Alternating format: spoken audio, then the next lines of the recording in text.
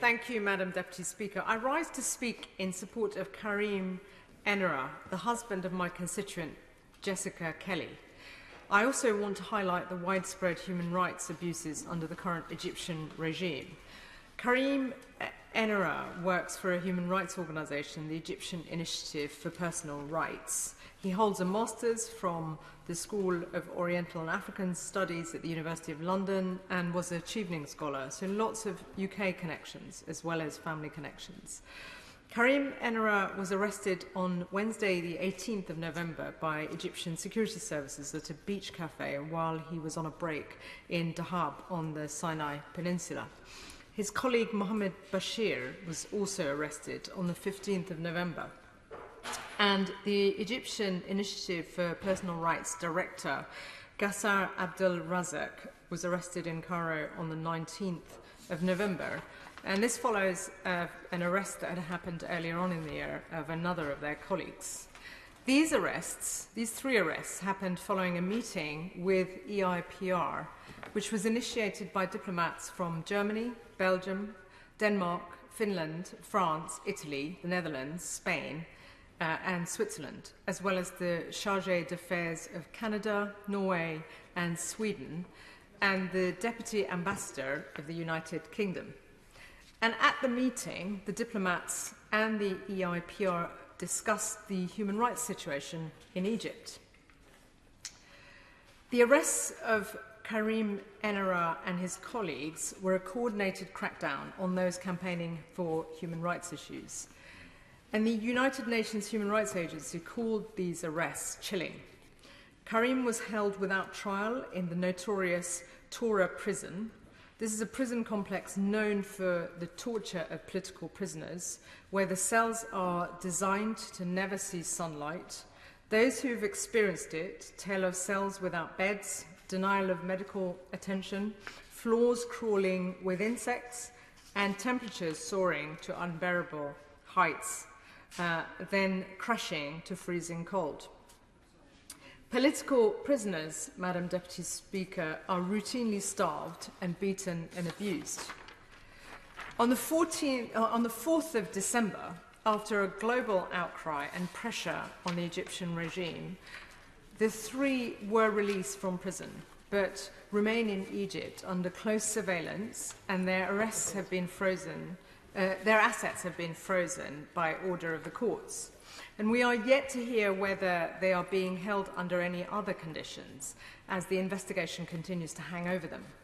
Karim's wife, Jessica Kelly, with the support from campaigners and human rights organisations and nearly 150,000 people who signed a petition alongside a number of celebrities, has led the global efforts to secure his release and that of his colleagues. And she deserves our praise and admiration for the incredible fortitude under such trying circumstances. I give way to the Honourable Gentleman.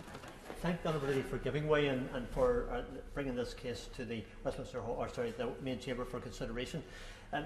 Does the Honourable Lady agree that we have an obligation to use all diplomatic procedures available to encourage those we have relationships with to treat with basic human rights those who oppose them, and that the message from this House tonight is that the way human rights are handled has a bearing on the strength of our ties with other nations who abuse human rights?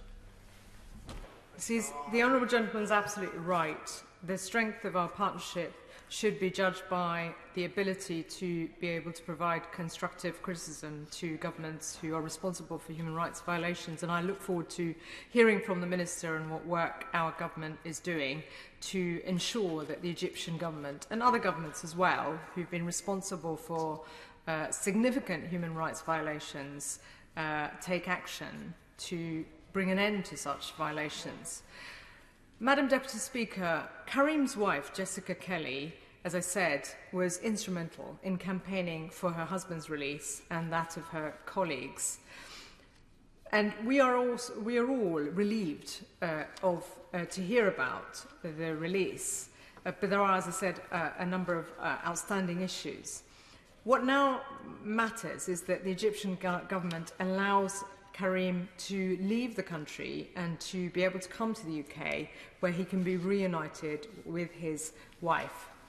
When the Minister responds, I would be very grateful if he could provide an update on whether that will be possible and what action our embassy is taking to help enable him to be able to be reunited with his wife into the UK.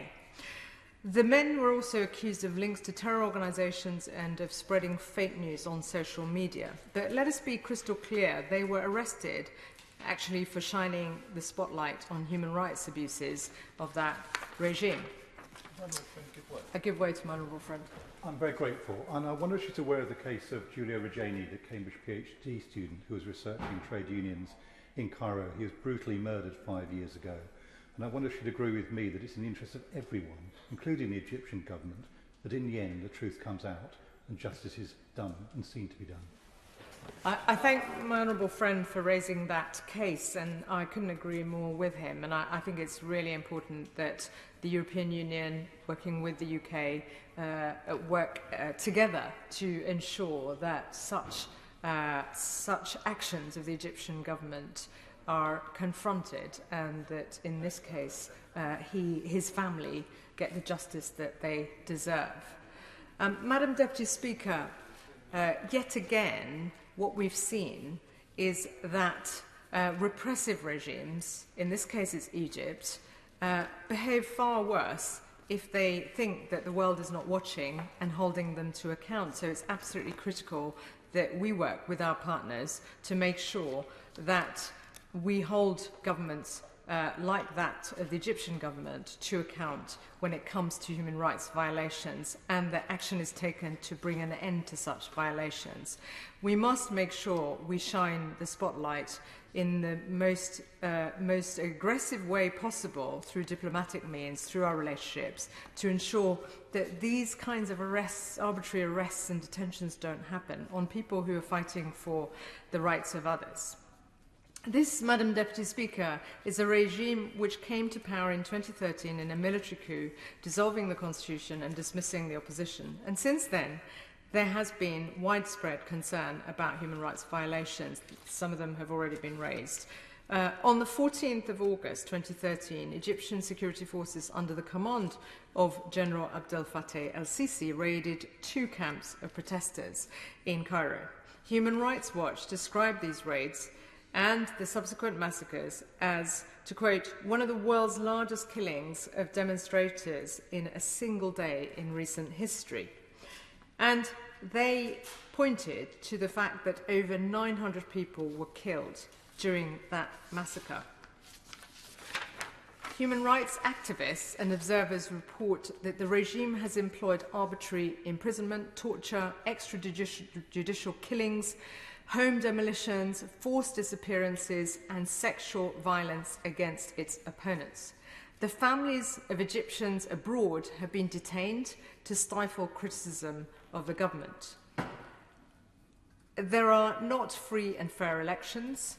El-Sisi won the election in 2014 with 97% of the vote. All of this evidence of thuggery, intimidation, violence and torture makes the bravery of human rights defenders even more apparent. They are truly courageous, truly heroic, risking their lives to protect the rights of others. And it is right that we offer them whatever support we can, and it is necessary and right that our government does all it can to provide them the support that they need. In conclusion, Madam Deputy Speaker, I want to highlight the fact that Jessica Kelly and her family and I are very grateful to the Foreign Secretary for the statement he made immediately after the arrest, and the representation he and his ministers made to their Egyptian counterparts to help secure the release of Karim Enara and 2 of his colleagues. As I mentioned earlier, another of their colleagues, Patrick Zaki, still remains in detention, and his term has just been extended to another 45 days by the Egyptian courts. I would therefore be grateful if the Minister, when he responds, could provide an update on that case and whether further representation has been made to secure his release. I would also be grateful if the Minister can tell us what further representations he is making to ensure that, that the Egyptian government takes seriously our concerns, the UK government's concern, and the international concerns about human rights abuses and the wider record of the Egyptian government in terms of human rights violations and this culture of arbitrary detentions, enforced disappearances, torture of human rights defenders.